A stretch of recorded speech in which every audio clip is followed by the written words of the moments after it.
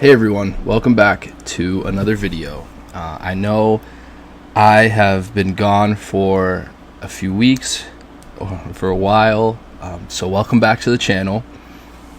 I don't really have an excuse as to why I've been gone for so long, but I'm back and we're gonna get right into it. So I got a lot to talk about. I got a lot to cover, a lot that I've missed over the past few weeks. I really wanted to get some videos out there before the NHL and the NBA bubbles started up. Unfortunately, I wasn't able to get around to that, but there's still time, and I have some things that I want to talk about. So I was thinking of starting off with the NHL, with the Bruins. Obviously, we're going to talk about the Bruins, Celtics, Red Sox, and some fantasy football. I've been wanting to get around to some fantasy football, but right now I'm going to start off with the Bruins. And what I really want to talk about is how they've come around since the beginning of the NHL bubble. For those of you that don't know, the NHL is also in a bubble just like the NBA.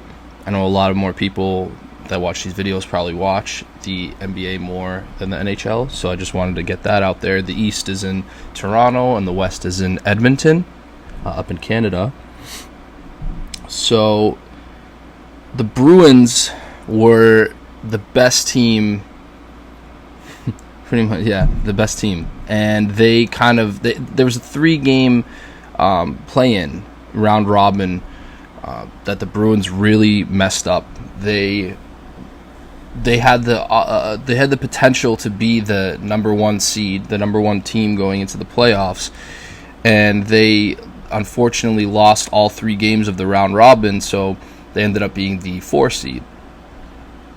So they ended up playing the Carolina Hurricanes in the first round, and fortunately enough for the Bruins, they were able to figure something out, and they were able to win the series 4-1. They only lost in game 2. So other than that one loss, they had some pretty convincing wins. It was a very I don't want to say easy series, but it was not the toughest one that the Bruins have had to deal with, for sure. So yeah.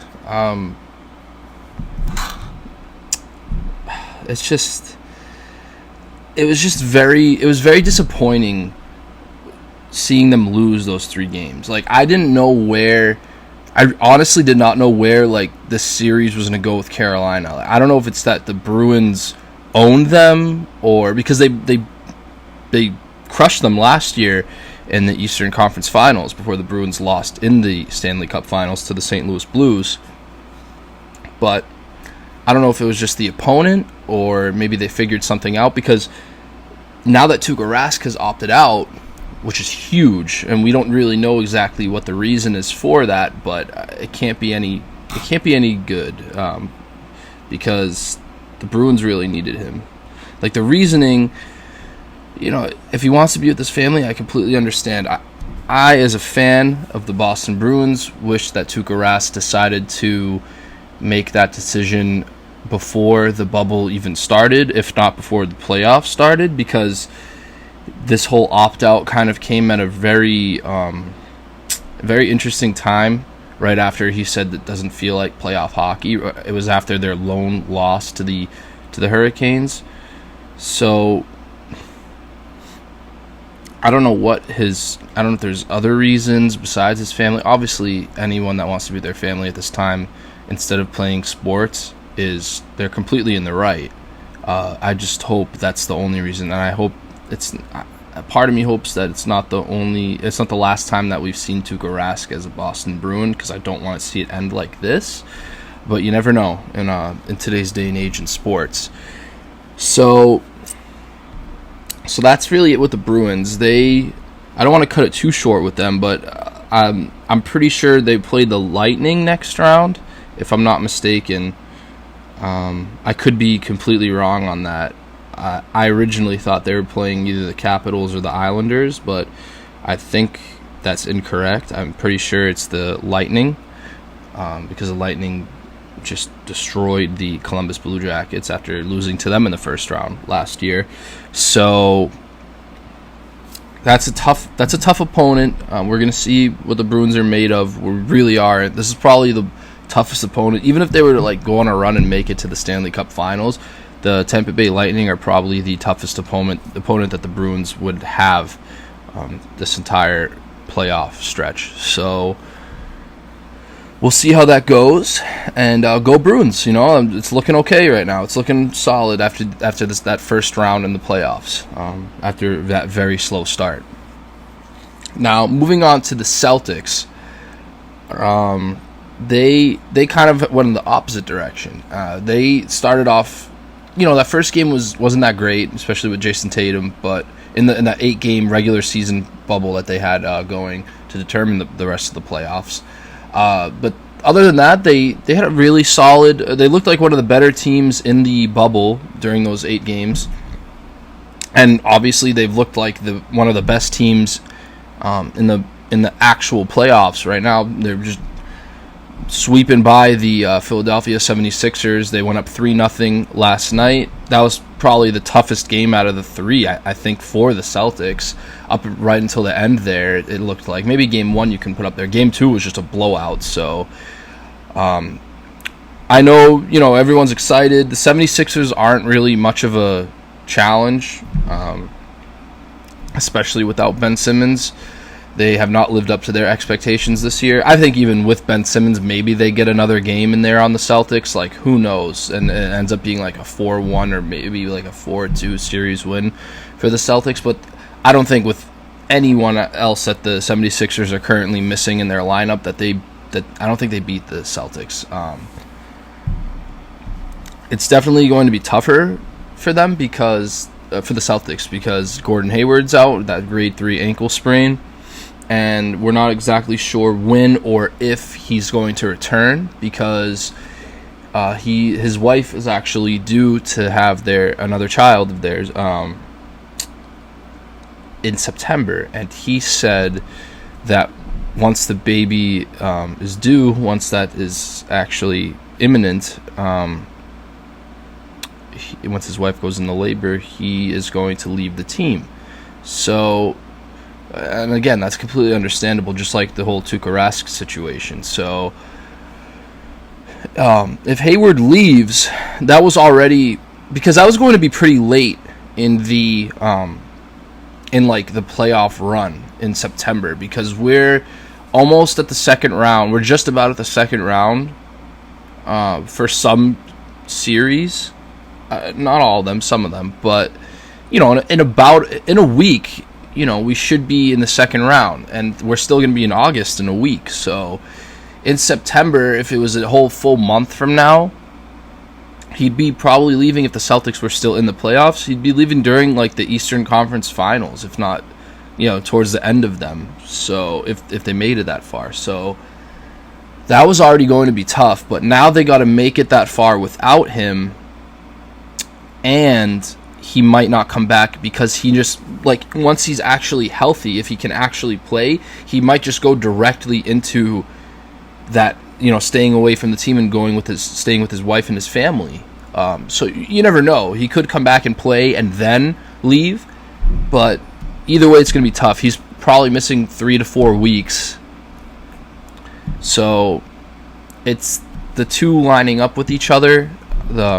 The injury and the layoff are just, it doesn't look good for the rest of his potential playing time in the playoffs, but you never know.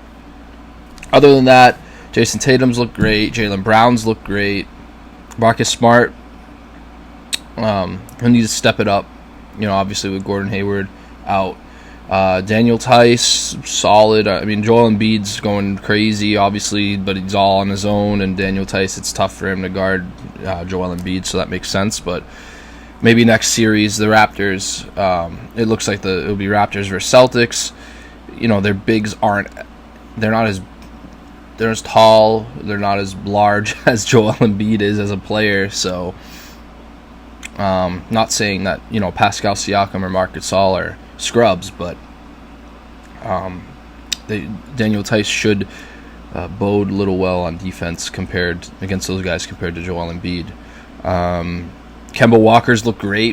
There were concerns about his leg and his knee and everything like that, but especially last night, he looked really good, and especially during this one stretch towards the end of the game.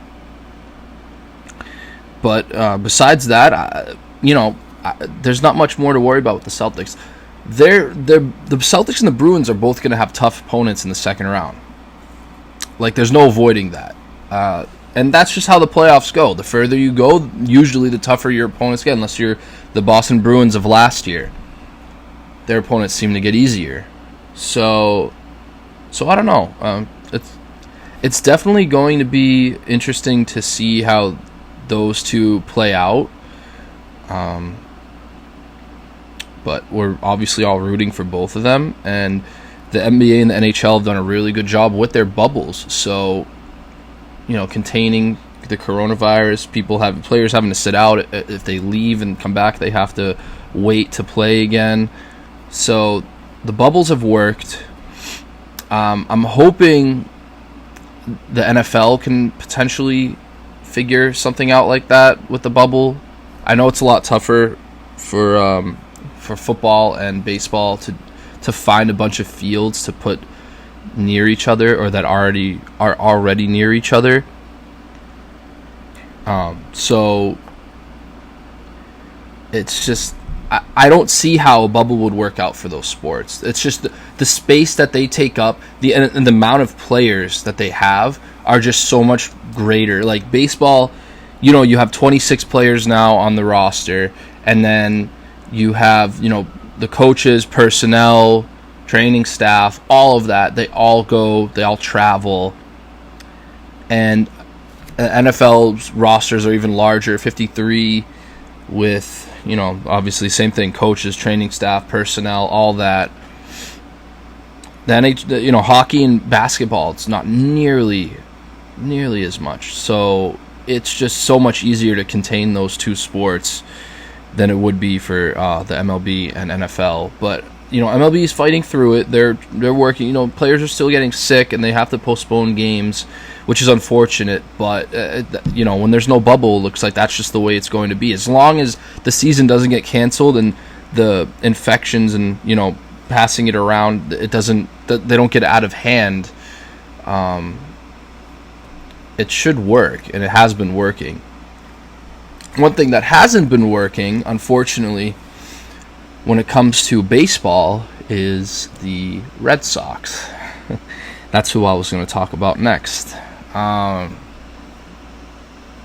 Boston Red Sox are just a major disappointment this year. Unfortunately, they, it wasn't looking good anyways, especially after the Mookie Betts trade. Even with Mookie Betts and David Price, for that matter, it probably wasn't going to be a great season for them again. Just with the 60 games that are happening, they're halfway through almost, if not, they're halfway through. So, they can barely. They're not even beating up on these bad teams. They are one of the bad teams that teams are just beating up on.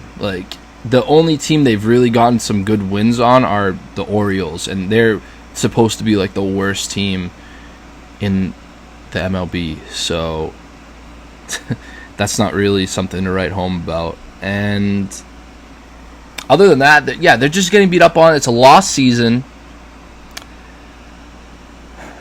I'm a huge Red Sox fan. Everyone that personally knows me knows how much I love baseball, and I love the Red Sox. They're always number one in my heart, but I can't even bear to watch. I haven't been watching since early on in the season, just because I don't want to see them lose like this. It wasn't ever going to be good, but the pitching is just so bad, and the hitting has just been so underwhelming that it's just so much worse than anyone could have thought it would have been, I think. So going off of that, I think it's just it's time for the Red Sox to blow it up. It's time to trade away most of the team, I think, as many players as they can. So the only 3 players that I would keep right now on the Red Sox are like that I'd willingly keep. Not that I have to keep them, because there are players like that they just can't get rid of. But I would willingly keep Xander Bogaerts. You have to keep him. Rafael Devers and Alex Verdugo in that order. Verdugo's shown a lot of promise. He's been hitting some home runs. Like, we'll see how it goes with him. I want to see more of him. Devers, he isn't as good as last year, but who knows? Like, you got to keep him. It's a shortened season. Who knows? And Bogaerts is Bogaerts, so you got to keep him. I think you got to keep those guys. Bogaerts the most out of all of them. He's the leader. So that's that with them. You can't trade. Like, the pitching is just so bad. You literally can't trade any of the pitchers on the Red Sox. You can't trade Chris Sale because he's just had Tommy John surgery. He's making $30+ million a year, and he's out for the season. Like, you cannot trade that guy unless you get like nothing back, literally. You can't trade Eduardo Rodriguez because he's having complications from contracting COVID, and that's just, that's not good. But he's out, and you can't trade him.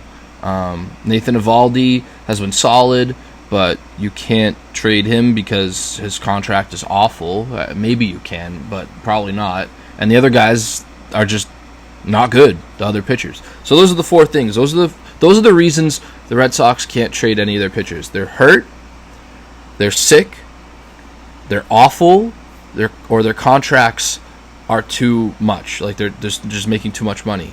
Or it's like a combo, 2 or 3 of those things out of the 4, or it's all of the above, like, honestly.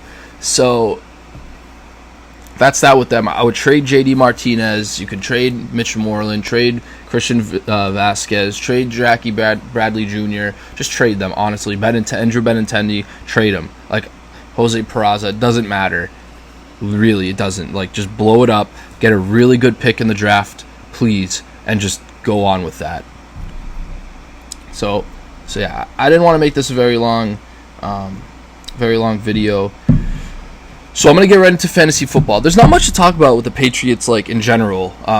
Cam's looked good, I guess, in camp. Like, they're trying to figure it out. Stidham got hurt, I guess, but he should be fine. They signed Lamar Miller, which doesn't look good, doesn't look good health-wise for Sony Michel and some of the other guys that are up in the air.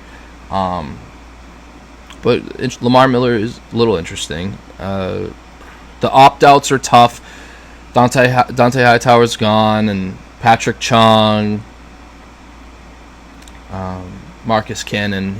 Marcus Cannon's probably addition by subtraction at this point, the way he usually plays or doesn't play because he's hurt. But the other guys kind of hurt. They had the most opt-outs, which makes sense. They've won so much. You'd think that's probably a factor.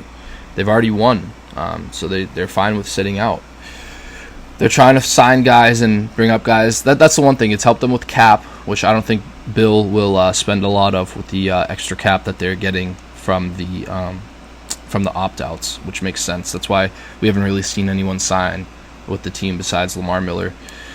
But it gives some of the rookies some opportunities to step up. Some of the guys that they drafted. The linebackers are probably hurt the most. So the secondary with Patrick Chung out, like, they're pretty much the same. Like, I didn't like the pick of Duggar, but maybe now they actually need him, so that might end up working out. I didn't think it was going to work out originally because I hate using 2nd and 3rd round picks on guys that are just like sitting behind other guys on the roster. I never have ever liked that, especially 1st round picks, which has happened sometimes. So I really hate that, but he might have to start now with Patrick Chung out and them not signing anyone. And the linebackers are kind of hurt because they're all young. The oldest linebacker right now is Juwan Bentley, and he's like, his third year, 4th year. So Hightower, even if he wasn't on the same skill level as he used to be, just the leadership from him and the teaching, the way he could have taught the guys is just that's tough. That's a huge loss. That's a major loss, especially on the defense, and especially the linebackers. So that's going to be tough. The defense is definitely going to take a step back this year. And maybe the offense gets a little better. They could, maybe, but who knows? Maybe they're the same. You never know. We'll see what happens with Cam, assuming he's the starter. He should be, honestly. But I'm going to move on to fantasy football. So I've been wanting to get around to fantasy football for so long, but I really didn't want to start, 1, 2, 3 months ago because it was just way too soon. And I'm not going to really talk about much. I'm in some leagues. I have mostly the 11th and 12th back of the first round picks. I have one in the middle, which isn't a lot of fun. I don't really like having picks in the same areas, but who knows? That's just where we are right now. Maybe that'll change in the meantime. But I just wanted to do, I want to say like a top 12 at each position for fantasy football, just because I mostly do 12-team leagues. I really only do 12-team leagues, so I wanted to do 12 just to match up with the amount of people. I know some people do 10-team leagues, but that's not what we do here. So with that said, I'm going to go by quarterback, running back, receiver. So my top 12 for quarterbacks in fantasy football this year. Some of these are going to be easy too. Like you're going to see the receivers and running backs at the top of the rankings. Like you know this already if you know fantasy football. So with the quarterbacks, it's Patrick Mahomes, Lamar Jackson, Deshaun Watson, Russell Wilson.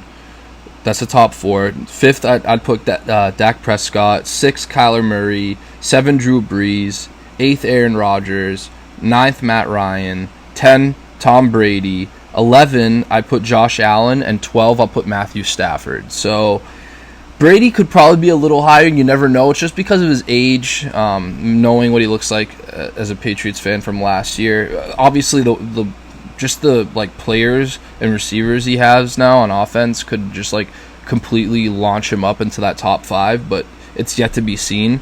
So we'll see how that goes.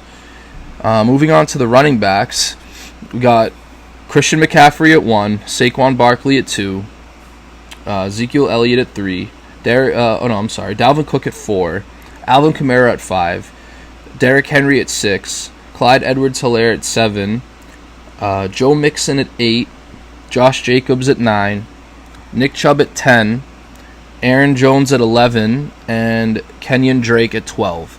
So some of these towards the end are kind of mixed up. It's really your preference at some point when you reach like a certain spot in the first round, because a lot of these guys are going to be first round picks, but most of them won't be, towards that back end. But some of the top 8, 9 guys could be, just because a lot of people are going to go running back heavy this year.